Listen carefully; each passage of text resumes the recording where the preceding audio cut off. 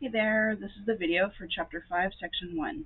We're going to be working a lot with the standard normal distribution today, so make sure you have handy the tables I gave you in class, or look them up ahead of time in your e-text. They're located in Appendix B and is table number 4. There are a few pages to it. Again, that's Appendix B, Table 4. Pause the video and take a moment to find those if you need to. You'll need to have them handy for the examples. Also, you will be using your calculator quite a bit, so wherever you're putting your calculator notes, keep those close by as well. If you have a ruler or something else you can use as a straight edge, that may help keep track when you're using the tables also, either on or off the screen. These numbers can tend to run together. I'm going to try to give you a good feeling for the big picture of what these graphs mean, but please ask questions in class if you're not getting it. This stuff can be very confusing, and it's okay if you're not quite there. Trust me, you're probably not the only one. Okay, let's dive in. Welcome to the lecture video for Chapter 5, Section 1. This section focuses on learning how to read a normal distribution. Our objectives for today will be to identify a normal probability distribution and to be able to find areas under the standard normal curve. As a quick review, in Chapter 4, we introduced what are called random variables, which represent a numerical value associated with each outcome of a probability distribution. And we had two types, discrete and continuous. The discrete types were integer values, like 1, 2, 3, etc. Continuous variables were any value in an interval. When we talked about graphing these sorts of distributions, we said that discrete graphs would be bar graphs, like this on the left, because they represent non-negative integers. We looked at three specific types of discrete random variable distributions: binomial, geometric, and Poisson distributions. They could all be graphed with a bar graph, and we could find the exact probability whenever x was equal to a particular number, and the values of x could take on as the random variable were non-negative integers. Now we're going to be talking about continuous random variables. It can now be any number between any given 2 points on the number line. Because it can be anywhere within a range, it means I have to graph it as a continuous line in order to include all the possible values in between those two numbers. So because it's a curve on an xy plane, we're talking about a function. So that's where we're going with Chapter 5. We're going to begin by talking about maybe the most important probability distribution in statistics. And the graph of this distribution is called the normal curve. We've already seen this in previous sections. We talked about symmetric bell-shaped curves, and that's exactly what this is, the normal curve. Here are some properties of a normal distribution or a normal curve. The mean, median, and mode are equal and all align with this central symmetric line. The normal curve is bell-shaped and is symmetric about the mean. The total area under the normal curve is equal to 1. The normal curve approaches but never touches the x-axis as it extends farther and farther away from the mean. Also, as we've talked about before, as you move away from the mean in the center of a normal curve, you systematically move in lengths of standard deviations away from the mean. The mean is represented by the lowercase mu symbol, and the standard deviation is represented by the lowercase sigma symbol. As you move to the left, you can say that one standard deviation less than the mean is at the mu minus 1 sigma point on the graph. If you move to the right, the same distance from the mean, you are at the mu plus 1 sigma spot on the graph. These 2 points are very important and are called inflection points. Notice how the graph changes at these points. From the mean down to these points, the graph has a downward curve. But when you reach the inflection points, or the 1 sigma point, where the first standard deviation falls away from the mean, the graph changes from a downward curve to an upward curve. This is an important distinction to be aware of. An interesting fact about a normal distribution is that it can have any mean and any positive standard deviation. The mean gives the location of the line of symmetry. The standard deviation describes the spread of the data. Look at the graphs below and notice the location of the mean and how the size of the standard deviation changes the look of the graph. See how the larger standard deviation makes the first graph wider than the other two with smaller standard deviations? Look at the two graphs below and see if you can determine which has the greatest mean. Remember, the mean is the anchoring point or the line of symmetry for the graph. Pause the video for a moment to decide this. It looks like the line of symmetry for graph A is sitting at about 15, and the line for graph B is at about 12. So graph A has the greater mean for this picture. Let's try another one. Which curve has the greater standard deviation? Now remember, this is related to the spread of the data points. Pause the video and decide this. Curve B is definitely more spread out than curve A, so curve B has the greater standard deviation. Its data points are more spread out. Here's a different kind of example. The scaled test scores for New York State Grade 6 Common Core Mathematics test are normally distributed. The normal curve shown below represents this distribution. What is the mean test score? Estimate the standard deviation of this normal distribution. Okay, so they're wanting us to find the mean and the approximate standard deviation. What do we know about locating either of these numbers? Well, the mean is the anchoring point, the line of symmetry or center. So it looks like the line of symmetry for this graph is at about 600. That's the point at the very top of the curve and the very center. The next part is a bit trickier. Remember how we said the first points of standard deviations were also where the inflection points in the curve changes from curving downward to curving upward? Well, it's a little tough to tell where that happens here because there's a long section where it's sort of straight. But it would be reasonable to assume that the point where it actually changes is in the middle of that straight area. So I would say that the inflection point is in the very middle of that straight area. That's where it stops curving down and starts curving upward. So I would say the inflection point is probably right in this area in the middle of that straight area. And that would hit at about 620.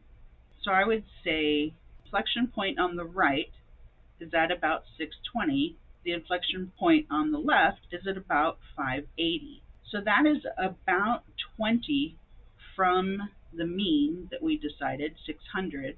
So that would mean that the standard deviation is about 20. So our mean, we're saying, is about 600, and the standard deviation is about 20. Let's see what they thought. It looks like we were right. Yes, they interpreted this the same way. Because the normal curve is symmetric about the mean, you can estimate that mu is about 600. And because the inflection points are one standard deviation away from the mean, we could estimate that sigma is 20. The scaled test scores for the New York State Grade 6 Common Core Mathematics test are normally distributed with a mean of about 600 and a standard deviation of about 20. Okay, now we're going to focus on a very specific normal distribution. First, let's look at some properties. A normal distribution is a continuous probability distribution that can have any mean and any standard deviation.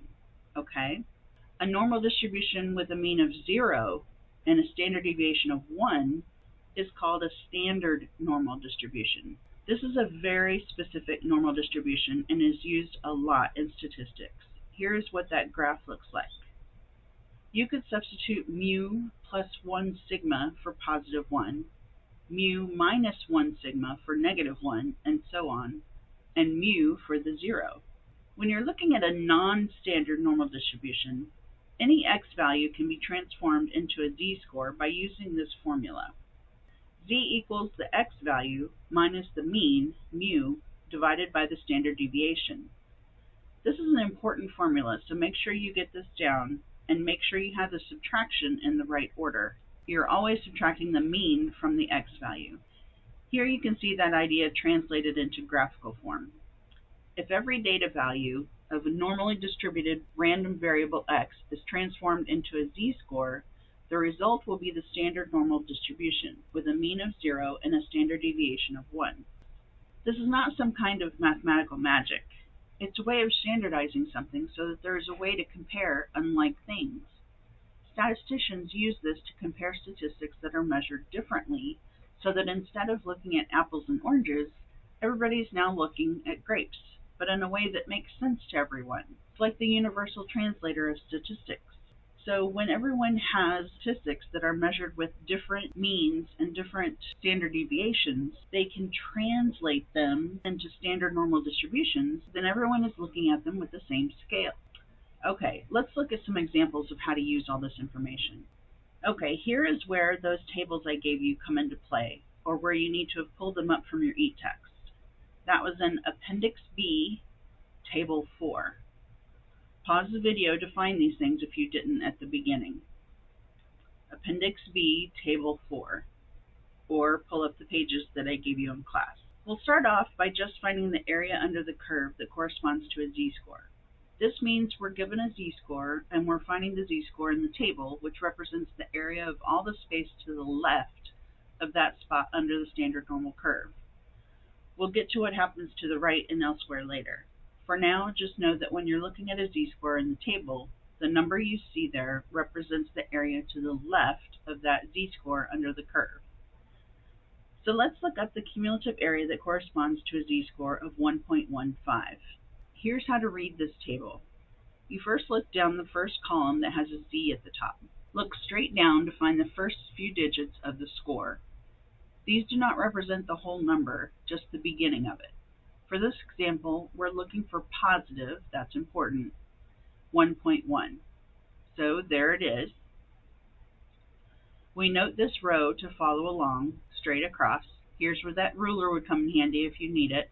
Now we need to look along the top for the last part of our number, the hundredths place, or 0.05. See it over here to the right. Now we follow that down until it meets the row and it intersects. So then we have our area. The area to the left of z equals 1.15 is 0.8749. All right, let's try another one. Find the cumulative area that corresponds to a score of negative 0.24. Okay, it's very important to note that this one is a negative number. When we're looking at the table, we want to make sure we're looking at the negative beginning z-scores. So we'll look for negative 0.2. After that, we look for the hundredths place across the top and find 0.04. We follow that down to the intersection and find 0.4052, and that is the area to the left. It's at this point that we should talk about a few key ideas with regards to area and z-scores. Look at these graphs. The first one represents a z-score that is negative and very, very small. The smallest z-score on the chart is negative 3.49. When you get closer and closer to a z-score of negative 3.49, the cumulative area under the curve gets closer and closer to zero. And this kind of makes sense, right? A tiny bit of space is being accounted for, so it's not covering much area.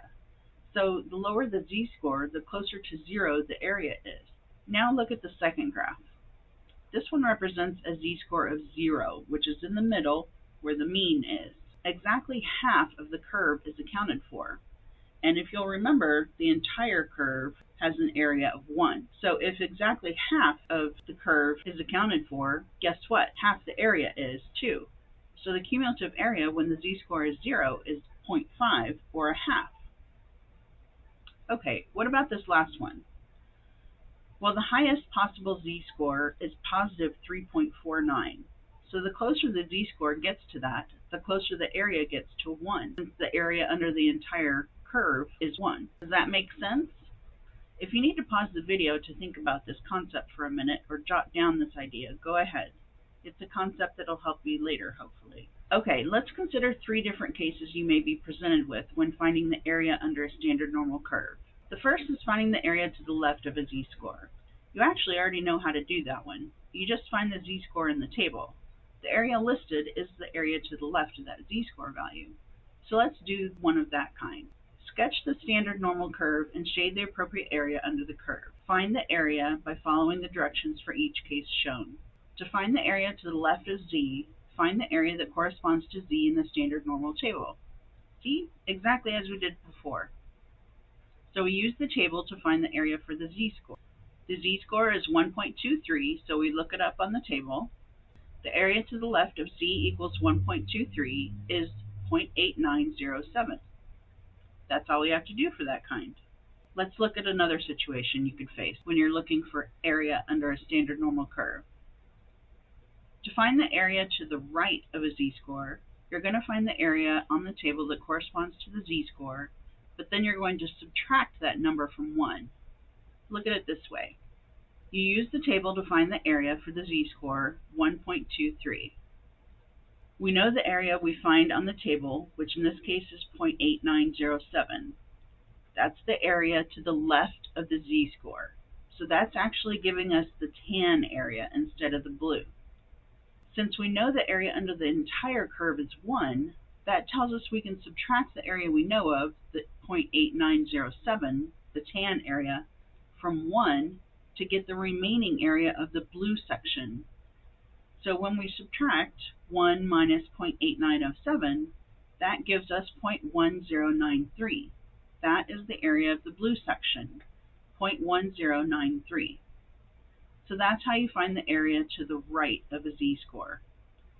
Okay, let's look at the last situation you could face when finding area under the standard normal curve. To find the area between two z-scores, you'll need to find the area of each of the z-scores, and then subtract the smaller area from the larger one. Let's go through it step by step. First, you use the table to find the area for the z-scores. In this case, find them for 1.23 and negative 0.75. Using the table, we come up with the area to the left of z equals 1.23 is 0.8907. That includes both the blue section and the tan section because they are both to the left of 1.23. Then we find the area to the left of z equals negative 0.75, which is 0.2267. That's just the tan section. Now, to get the area of just the blue section, we need to subtract the area of the tan section, or the area we got for z equals negative 0.75, from the total area left of z equals 1.23. So, we do 0.8907 minus 0.2266 equals 0.6641. That gives us the area of the blue section, 0.6641. Okay, let's try a few more, but this time I won't tell you everything that you need to do. I'll help walk you through the table. Find the area under the standard normal curve to the left of z equals negative 0.99. They give you a picture of about where that falls on the graph, and here's what the table looks like for that section. Pause the video and find the area.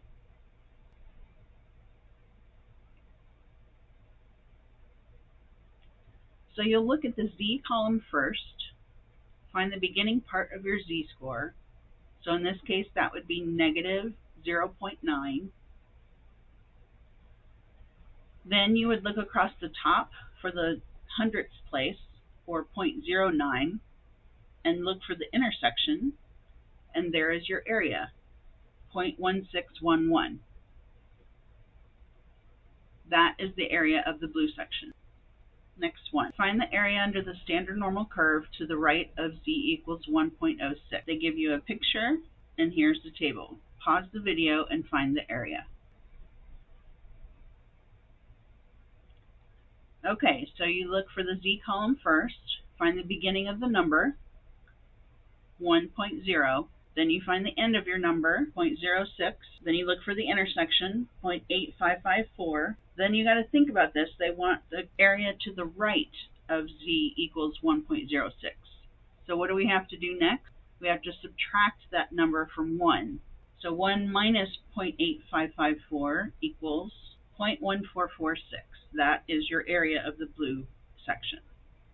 All right, one more. I bet you know what you're going to need to do here. Find the area under the standard normal curve between z equals negative 1.5 and z equals 1.25. Okay, here's our first table. So we look under the z for the first part, is negative 1.5. Then we skip several columns over to the column that represents 0.00 because it's just negative 1.5. There are no other numbers, so the hundredths place has to have a 0 in it. Then we look where those intersect and get 0.0668. Now this is just the area of the tan section.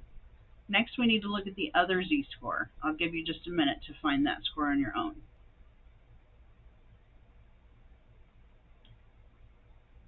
Okay, so we look under the z for the first part of our score, 1.2.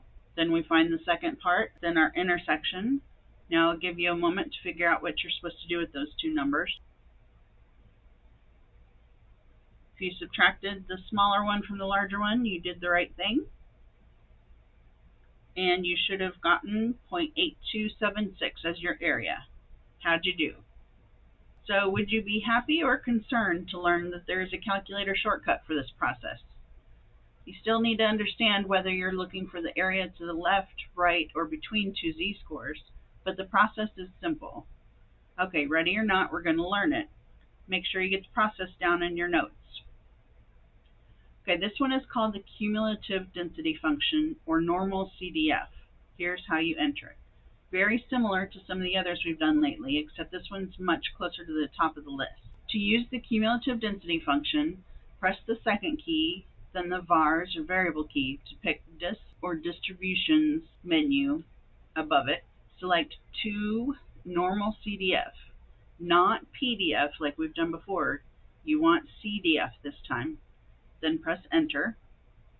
Now, depending on your calculator, and you should know by now whether you're going to be pressing enter between the numbers or typing commas between your variables and closing parentheses.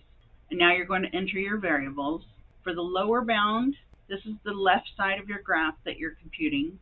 There are three choices of how to fill this part out. One of them, if you're doing a left of z-score problem, you want to put a very large negative number in scientific notation like it's listed here. The way they've done it, they have done it in scientific notation. So they've done -1, then the second key, then the comma button, which has the inner exponent or EE option above it, then 99, which basically tells the calculator -infinity or a very, very big negative number. Your second option for lower bound is if you're doing a right of z-score problem, and you would want to put the z-score here in your lower bound. Your third option, if you're doing a problem where the desired area is between two z-scores, you put your lower bound as the leftmost z-score here. So those are your three situations. Depending on what type of problem you're doing will determine which option you're going to put in lower bound. And then if you look to the right, there's your upper bound. That's your next choice that you need to enter. And this also has three options of what you're going to enter. And it depends on what type of problem you're doing again. The first one, if you're doing a left of z-score problem, you're going to put the z-score in your upper bound, because that would make sense, right? Your upper bound is going to be your z-score because that's what's on the right side of your graph. Your second option, if you're doing a right of z-score problem, you want to put a very large positive number in scientific notation, just like what we had listed to the left, just without the negative symbol. Your third option, if you're doing a problem where the area is between two z-scores, you want to put in your upper bound the rightmost z-score. Then your next choice is your mu or mean, and this should always be 0 because we're doing a standard normal distribution. And sigma or standard deviation should always be 1. Then press enter and then press enter again to calculate. If you need to pause the video to get these instructions down, please do so. Okay, I need to make an important note here. Because your calculator allows you to put in left and upper bounds, you don't have to mess with the steps that require you to subtract from one or subtract one area from another when you're using the calculator. Your calculator does all that calculating for you. See, it doesn't have the restrictions that using the table does, so you don't have to do those extra steps. It's doing those steps, but in the background, so you don't have to. So, important tip to remember. If you're using the table, you do need to subtract from 1 if you're doing an area to the right of a z-score problem, and subtract one z-score from the other if you're doing a between z-scores problem.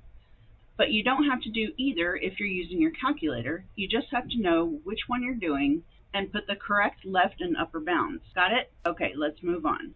Use technology to find the area under the standard normal curve to the left of z equals negative 0.83. Pause the video and do this now.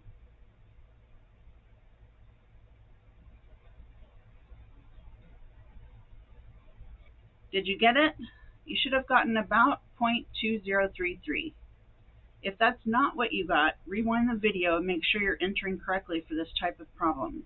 You should have had a very large negative number for your left bound and negative 0.83 for your upper bound, and then 0 for your mean and 1 for your standard deviation. All right, let's try another. Find the area under the standard normal curve to the right of z equals 1.43. Pause the video and do this now.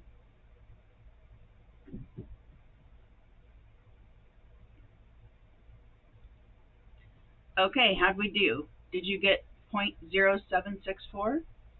Did you remember to put the z-score as your lower bound and a large number as your upper bound? Try it again if you missed it. Okay, last one. Find the area under the standard normal curve between z equals negative 1.35 and z equals 1.4. Pause the video and find this area.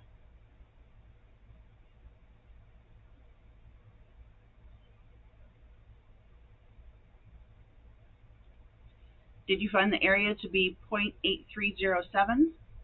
If so, great work. If not, go back and figure out what you might be missing. Or if you can't figure it out, put a star next to it on your notes and ask in class. Okay, I know this was a lot, but you're doing great. Thanks for all your hard work. Talk to you in the next video.